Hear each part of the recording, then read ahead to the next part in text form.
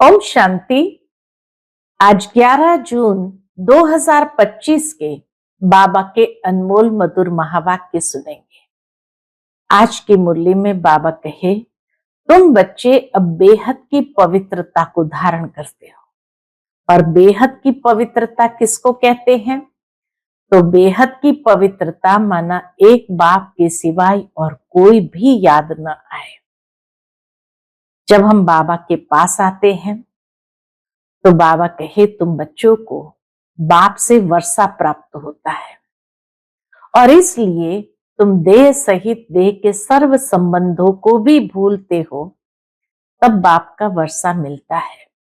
लेकिन जैसे ही वर्षा प्राप्त हो जाता है, नई दुनिया में चले जाते हैं, तो बाप को ही भूल जाते हैं, बाकी सारे संबंध याद रह जाते हैं। इसलिए बाबा कहे, तुम बच्चों को अब ऐसा पुरुषार्थ करना है कि एक बाप के सिवाय और किसी की भी याद न आए। तो सुनते हैं आज के बाबा के अनमोल मधुर महावाक्य। ओम शांति। मीठे बच्चे, अभी तुम्हें बेहद की पवित्रता को धारण करना है। बेहद की पवित्रता अर्थात एक बाप के सिवाय और कोई याद न आए। आज की मुरली से प्रश्न है, बाप से वर्षा लेने के पहले का पुरुषार्थ और उसके बाद की स्थिति में क्या अंतर होता है? उत्तर है, जब तुम बाप से वर्षा लेते हो तो देह के सब संबंधों को छोड़ एक बाप को याद करने का पुरुषार्थ करते हो, और जब वर्षा मिल जाता है तो बाप को ही भूल जाते हो। अभी वर्षा लेना है, इसलिए कोई से भी नया संबंध नहीं जोड़ना है, नहीं तो भूलने में मुसीबत होगी। सब कुछ भूल एक को याद करो तो वर्षा मिल जाएगा। आज की मुरली से पहले गीत बजा है, यह वक्त जा रहा है। ओम शांति। मीठे मीठे रूहानी बच्चों प्रति बाप समझाते हैं, ज्ञानी और अज्ञानी किस किस को कहा जाता है। ज्ञानी किसको कहा जाता है, अज्ञानी किसको कहा जाता है, यह सिर्फ तुम ब्राह्मण ही जानते हो। ज्ञान है पढ़ाई, जिससे तुम जान गए हो कि हम आत्मा है, वह परम पिता परमात्मा है। तुम जब वहां से मधुबन आते हो तो पहले जरूर अपने को आत्मा समझते हो। हम जाते हैं अपने बाप के पास। बाबा शिव बाबा को कहते हैं। बाबा हम किसको कहते हैं? शिव बाबा को कहते हैं। शिव बाबा है प्रजापिता ब्रह्मा के तन में। शिव बाबा आए हैं प्रजापिता ब्रह्मा के तन में। वह भी बाबा हो गया, शिव बाबा भी हो गया तो ब्रह्मा बाबा भी हो गया। तुम घर से निकलते हो तो समझते हो, मधुबन जब आते हैं, घर से निकलते हो तो समझते हो हम बाप दादा के पास जाते हैं। तुम चिट्ठी में भी लिखते हो बाप दादा, शिव बाबा, ब्रह्मा दादा। हम बाबा के पास जाते हैं। बाबा कल्प कल्प हमसे मिलते हैं। बाबा हमको बेहद का वर्षा देते हैं, बेहद पवित्र बनाए। बेहद का वर्षा मिलता है जब हम बेहद पवित्र बनते हैं। पवित्रता में हद और बेहद है। आज बाबा उसकी ही गुह्यता में ले जाते हैं, पवित्रता में हद और बेहद है। तुम पुरुषार्थ करते हो बेहद पवित्र सतो प्रधान बनने के लिए। नंबरवार तो होते ही है। बेहद पवित्र अर्थात सिवाय एक बेहद के बाप के और कोई की भी याद न आए। वह बाबा बहुत मीठा है, ऊंचते ऊंच भगवान है और बेहद का बाप है, सभी का बाप है। तुम बच्चों ने ही पहचाना है, बेहद का बाप सदैव भारत में ही आते हैं, आकर बेहद का सन्यास कराते हैं। सन्यास भी मुख्य है ना, जिसको वैराग्य कहा जाता है। बाप सारी पुरानी छीछी दुनिया से वैराग्य दिलाते हैं। बच्चे, इनसे बुद्धि का योग हटा दो। कैसे बाबा वैराग्य दिलाते हैं? बहुत प्यार से, बच्चे इनसे बुद्धि का योग हटा दो। इनका नाम है ही नरक, दुख धाम। खुद भी कहते रहते हैं, कोई मरते हैं तो कहते हैं स्वर्गवासी हुआ, तो नरक में था ना। अभी तुम समझते हो यह जो कहते हैं वह भी रॉन्ग है। बाप राइट बात बताते हैं। स्वर्गवासी बनने के लिए अभी ही पुरुषार्थ करना होता है। स्वर्गवासी बनने के लिए भी सिवाय बाप के और कोई पुरुषार्थ करा न सके। तुम अभी पुरुषार्थ कर रहे हो 21 जन्मों के लिए स्वर्गवासी बने। हमारा पुरुषार्थ यही है कि हम 21 जन्मों के लिए स्वर्गवासी बने। बनाने वाला है बाप। उनको कहा जाता है हेवनली गॉड फादर। खुद आकर कहते हैं, क्या कहते हैं? बाबा खुद आकर कहते हैं, बच्चों हम पहले तुमको शांति धाम ले जाऊंगा। मालिक है ना। शांति धाम जाकर फिर आएंगे सुखधाम में पार्ट बजाने। हम शांति धाम जाएंगे तो सब धर्म वाले शांति धाम जाएंगे। बुद्धि में यह सारा ड्रामा का चक्र रखना है। हम सब जाएंगे शांति धाम, फिर हम ही पहले आकर बाप से वर्षा पाते हैं। जिससे वर्षा पाना होता है उनको याद जरूर करना है। बच्चे जानते हैं वर्षा मिल जाएगा तो फिर बाप की याद भूल जाएगी। वर्षा बहुत सहज रीति मिलता है। बाप सन्मुख कहते हैं, मीठे बच्चों तुम्हारे जो भी देह के संबंध है सब भूल जाओ। अभी कोई भी नया संबंध नहीं जोड़ना है। अगर कोई भी संबंध जोड़ेंगे तो फिर उनको भूलना पड़ेगा। समझो बच्चा व बच्ची पैदा हुए तो वह भी मुसीबत हुई। एक्स्ट्रा याद बढ़ जाती है ना। बाप कहते हैं सबको भूल एक को ही याद करना है। वही हमारा माता पिता, टीचर, गुरु आदि सब कुछ है। एक बाप के बच्चे हम भाई बहन हैं। चाचा मामा आदि का कोई संबंध नहीं। यह एक ही समय है जबकि भाई बहन का संबंध ही रहता है। ब्रह्मा के बच्चे शिव बाबा के बच्चे भी है। जो ब्रह्मा के बच्चे व शिव बाबा के बच्चे भी है तो पौत्रे पौत्रियां भी है। यह तो पक्का बुद्धि में याद आता है ना। नंबरवार पुरुषार्थ अनुसार स्वदर्शन चक्रधारी तुम बच्चे चलते फिरते बनते हो। तुम बच्चे इस समय चैतन्य लाइट हाउस हो। तुम्हारी एक आंख में मुक्ति धाम, दूसरी आंख में जीवन मुक्ति धाम है। वह लाइट हाउस जड़ होते तुम हो चैतन्य। तुम्हें ज्ञान का नेत्र मिला है। तुम ज्ञानवान बन सबको रास्ता दिखाते हो। बाप भी तुम्हें पढ़ा रहे हैं। तुम जानते हो यह दुख धाम है। हम अभी संगम पर है। बाकी सारी दुनिया कलयुग में है। संगम पर बाप बच्चों के साथ बैठ बात करते हैं और बच्चे ही यहां आते हैं। कोई कोई लिखते हैं। क्या लिखते हैं? बाबा फलाने को ले आवे।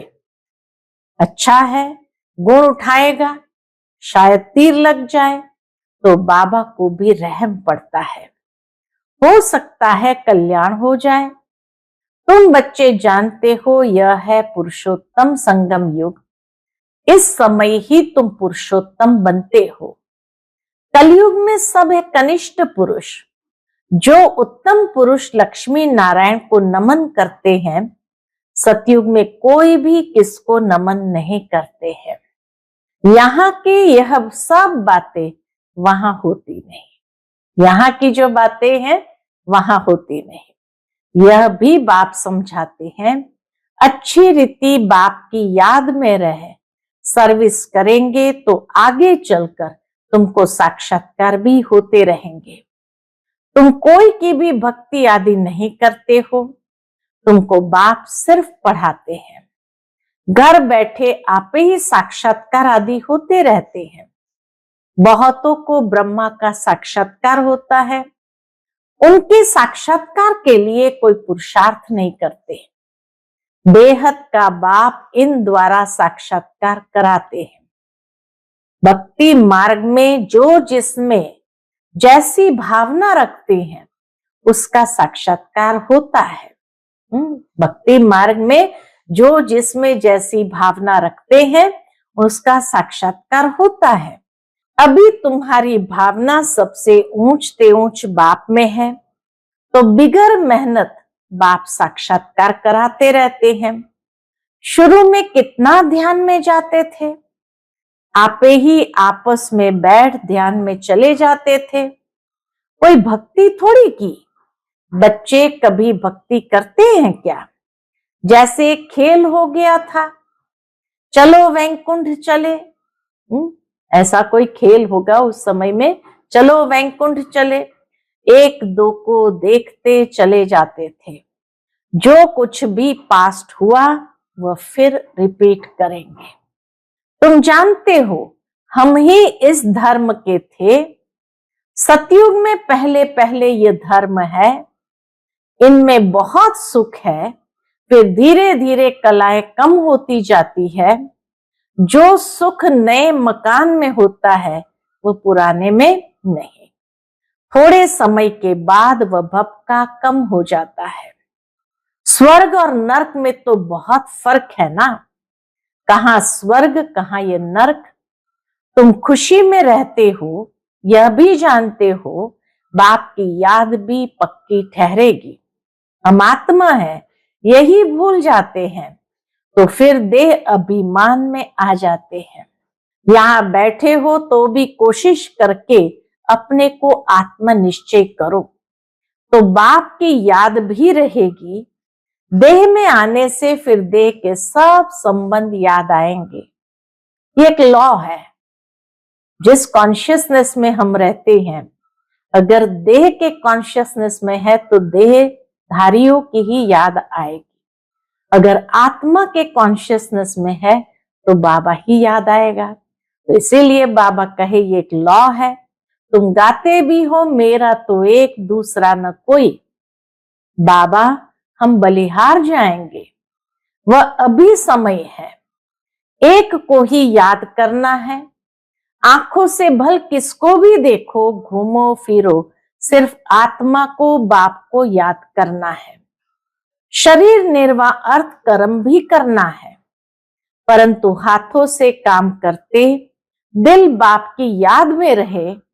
आत्मा को अपने माशूक को ही याद करना है। कोई की किसी सखी से प्रीत हो जाती है तो फिर उनकी याद ठहर जाती है। बाबा इसीलिए कहते हैं कि कोई भी देहधारी से प्रीत न हो। कोई की किसी सखी से प्रीत हो जाती है तो फिर उनकी याद ठहर जाती है। फिर वह रग टूटने में बड़ी मुश्किलात होती है। पूछते हैं बाबा ये क्या है? अरे तुम नाम रूप में क्यों फंसते हो? एक तो तुम देह अभिमानी बनते हो और दूसरा फिर तुम्हारा कोई पास्ट का हिसाब किताब है वह धोखा देता है। बाप कहते हैं आंखों से जो कुछ भी देखते हो उनमें बुद्धि ना जाए। तुम्हारी बुद्धि में यह रहे कि हमको शिव बाबा पढ़ाते हैं। ऐसे बहुत बच्चे हैं जो यहाँ बैठे भी बाप को कभी याद नहीं करते। कई तो यहाँ बैठे भी याद में नहीं रह सकते हैं। तो अपने को देखना चाहिए हमने कितना शिव बाबा को याद किया। बाबा कहे देखना चाहिए हमने कितना शिव बाबा को याद किया, नहीं तो चार्ट में रोला पड़ जाएगा। भगवान कहते हैं, क्या कहते हैं? मीठे बच्चों मुझे याद करो, अपने पास नोट करो। जब चाहे याद में बैठ जाओ। खाना खाकर चक्कर लगाए 10-15 मिनट आकर बैठ जाओ याद में। बाबा कहे खाना खाकर चक्कर लगाए 10-15 मिनट आकर बैठ जाओ याद में, क्योंकि यहाँ कोई गोरख धंधा तो है नहीं। मधुबन में आते हैं तो कोई गोरख धंधा तो है नहीं। फिर भी जो काम काज छोड़कर आए हो वह कोई कोई की बुद्धि में आता रहता है। बड़ी जबरदस्त मंजिल है। तब बाबा कहते हैं अपनी जांच करो, यह तुम्हारा मोस्ट वैल्यूएबल टाइम है। भक्ति मार्ग में तुमने कितना टाइम वेस्ट किया है। दिन प्रतिदिन गिरते ही रहते हैं। श्री कृष्ण का दीदार हुआ, बहुत खुशी हो जाती है, मिलता तो कुछ भी नहीं। बाप का वर्षा तो एक ही बार मिलता है। अब बाप कहते हैं मेरी याद में रहो तो तुम्हारे जन्म जन्मांतर के पाप मिट जाए। कितना प्यार से बाबा कहते अब मेरी याद में रहो तो तुम्हारे जन्म जन्मांतर के पाप मिट जाए। स्वर्ग का पासपोर्ट उन्हीं बच्चों को मिलता है, इनको जो याद में रह अपने विकर्मों को विनाश कर कर्मातीत अवस्था को पाते हैं। स्वर्ग का पासपोर्ट किनको मिलता है? उन्हीं बच्चों को मिलता है जो याद में रह अपने विकर्मों को विनाश कर कर्मातीत अवस्था को पाते हैं, नहीं तो बहुत सजा खानी पड़ती है। बाबा और भी राय देते हैं, अपने ताज व तख्त का फोटो अपने पॉकेट में रख दो तो याद रहेगी। शुरू शुरू में बाबा ने सभी बच्चों के ताज तख्त वाले फोटो खींचे थे, तो बाबा कहे वो अपने पॉकेट में रख दो तो याद रहेगी। इनसे हम यह बनते हैं, जितना देखेंगे उतना याद करेंगे, फिर उसमें ही मोह लग जाएगा। हम यह बन रहे हैं, नर से नारायण।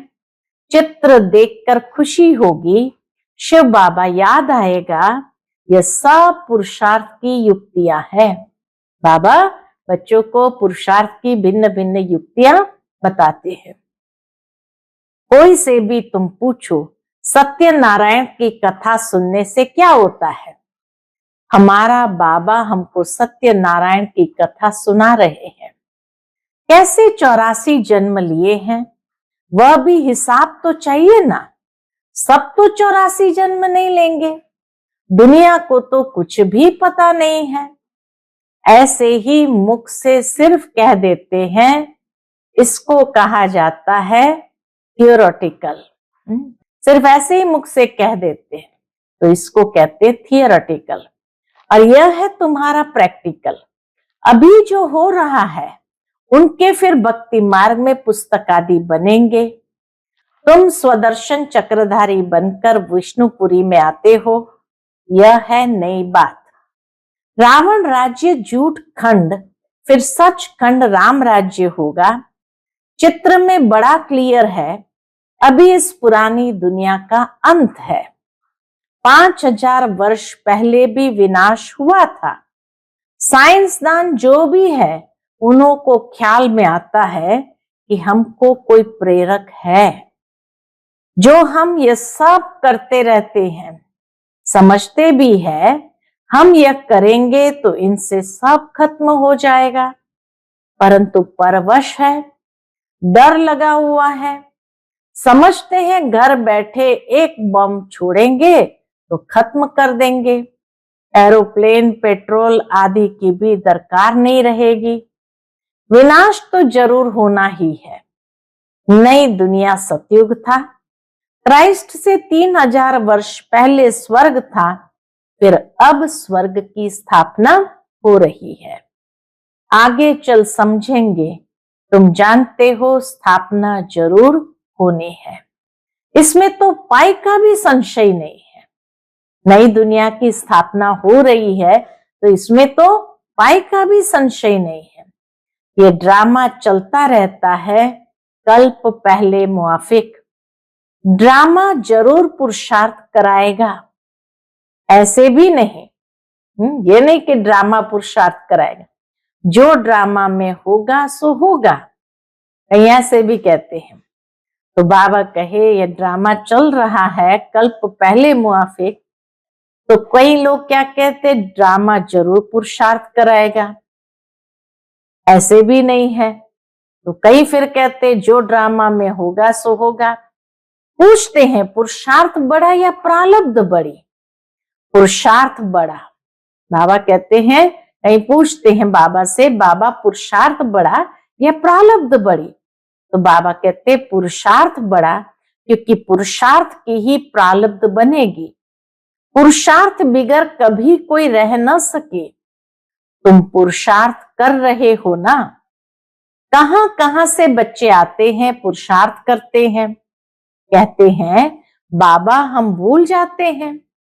तो बाबा क्या कहते, अरे शिव बाबा तुमको कहते हैं मुझे याद करो। किसको कहा? मुझ आत्मा को कहा। बाप आत्माओं से ही बात करते हैं। शिव बाबा ही पतित पावन है, यह आत्मा भी उनसे सुनती है। ब्रह्मा बाबा की आत्मा भी उनसे सुनती है। तुम बच्चों को यह पक्का निश्चय रहना चाहिए कि बेहद का बाप हमको विश्व का मालिक बनाते हैं। वह है ऊंच ते ऊंच, प्यारे ते प्यारा बाप। भक्ति मार्ग में उनको ही याद करते थे। गाते भी है तुम्हारी गति मति न्यारी है, तो जरूर मत दी थी। अब तुम्हारी बुद्धि में है इतने सब मनुष्य मात्र वापस घर जाएंगे। अभी हमारी बुद्धि में है इतने सारे मनुष्य मात्र वापस घर जाएंगे। विचार करो कितनी आत्माएं हैं, सबका सीजरा है, हर एक धर्म का अपना सीजरा है। सब आत्माएं फिर नंबरवार जाकर बैठेगी। क्लास ट्रांसफर होता है तो नंबरवार बैठते हैं ना, तुम भी नंबरवार जाते हो। छोटी बिंदी आत्मा नंबरवार जाकर बैठेगी, फिर नंबरवार आएगी पार्ट में। यह है रुद्रमाला। बाप कहते इतने करोड़ आत्माओं की मेरी माला है, इतने करोड़ आत्माओं की मेरी माला है।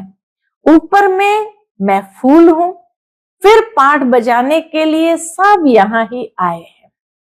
यह ड्रामा बना हुआ है, कहा भी जाता है बना बनाया ड्रामा है। कैसे ये ड्रामा चलता है सो तुम जानते हो। सबको यही बताओ कि अपने को आत्मा समझ बाप को याद करो, तो तुम्हारे विकर्म विनाश होंगे, फिर तुम चले जाएंगे। यह मेहनत है, सबको रास्ता बताना है, तुम्हारा फर्ज है। तुम कोई देहधारी में नहीं फंसाते हो। बाप तो कहते हैं मुझे याद करो तो पाप भस्म हो जाएंगे। बाप डायरेक्शन देते हैं सो तो करना पड़ेगा। पूछने की क्या बात, कैसे भी करके याद जरूर करो। इसमें बाबा क्या कृपा करेंगे। याद तुमको करना है, वर्षा तुमको लेना है। बाप स्वर्ग का रचयिता है तो जरूर स्वर्ग का वर्षा मिलेगा। अभी तुम जानते हो यह झाड़ पुराना हो गया है, इसलिए इस पुरानी दुनिया से वैराग्य है। इसको कहा जाता है बेहद का वैराग्य। वह हठ योगियों का है हद का वैराग्य। वह बेहद का वैराग्य सिखला न सके। बाबा कहे हठ योगियों का है हद का वैराग्य, और बाबा आकर के हम बच्चों को बेहद का वैराग्य सिखलाते हैं, दूसरा कोई सिखला न सके। बेहद के वैराग्य वाले फिर हद का कैसे सिखलाएंगे। अब बाप कहते हैं सिकिलदे बच्चे, तुम भी कहते हो कितना सिकिलदा बाप है, कितना सिकिलदा बाबा है। 63 जन्म बाप को याद किया है, बस हमारा तो एक बाप दूसरा न कोई। हमारा तो एक बाबा दूसरा न कोई। अच्छा, मीठे मीठे सिकिलदे बच्चों प्रति माता पिता बाप दादा का याद प्यार और गुड मॉर्निंग। रूहानी बाप की रूहानी बच्चों को नमस्ते। हम सब रूहानी बच्चों की रूहानी माता पिता बाप दादा को याद प्यार, गुड मॉर्निंग और नमस्ते। नमस्ते, शुक्रिया बाबा, शुक्रिया। आज की मुरली से धारणा के लिए मुख्य सार है। पहली पॉइंट, स्वर्ग में जाने का पासपोर्ट लेने के लिए बाप की याद से अपने विकर्मों का विनाश कर कर्मातीत अवस्था बनानी है। सजाओं से बचने का पुरुषार्थ करना है। दूसरी पॉइंट, ज्ञानवान बन सबको रास्ता बताना है। चैतन्य लाइट हाउस बनना है। एक आंख में शांति धाम, दूसरी आंख में सुख धाम रहे, इस दुख धाम को भूल जाना है। आज का बाप दादा का मधुर वरदान हम बच्चों के लिए है, हर आत्मा को ऊंच उठाने की भावना से रिगाड़ देने वाले शुभ चिंतक भव। हर आत्मा को ऊंच उठाने की भावना से रिगाड़ देने वाले शुभ चिंतक भव। हर आत्मा के प्रति श्रेष्ठ भावना अर्थात ऊंच उठाने की व आगे बढ़ाने की भावना रखना अर्थात शुभ चिंतक बनना। अपनी शुभ वृत्ति से, शुभ चिंतक स्थिति से अन्य के अवगुण को भी परिवर्तन करना। किसी की भी कमजोरी व अवगुण को अपनी कमजोरी समझ वर्णन करने के बजाय व फैलाने के बजाय समाना और परिवर्तन करना, यह है रिगाड़ देना। बड़ी बात को छोटा बनाना, दिल शिकस्त को शक्तिवान बनाना, उनके संग के रंग में नहीं आना, सदा उन्हें भी उमंग उत्साह में लाना, यह है रिगाड़। ऐसे रिगाड़ देने वाले ही शुभ चिंतक है। ऐसे रिगाड़ देने वाले ही शुभ चिंतक है। आज का स्लोगन है, त्याग का भाग्य समाप्त करने वाला पुराना स्वभाव संस्कार है, इसलिए इसका भी त्याग करो। त्याग का भाग्य समाप्त करने वाला पुराना स्वभाव संस्कार है, इसलिए इसका भी त्याग करो। आज का अव्यक्त इशारा, आत्मिक स्थिति में रहने का अभ्यास करो, अंतर्मुखी बनो।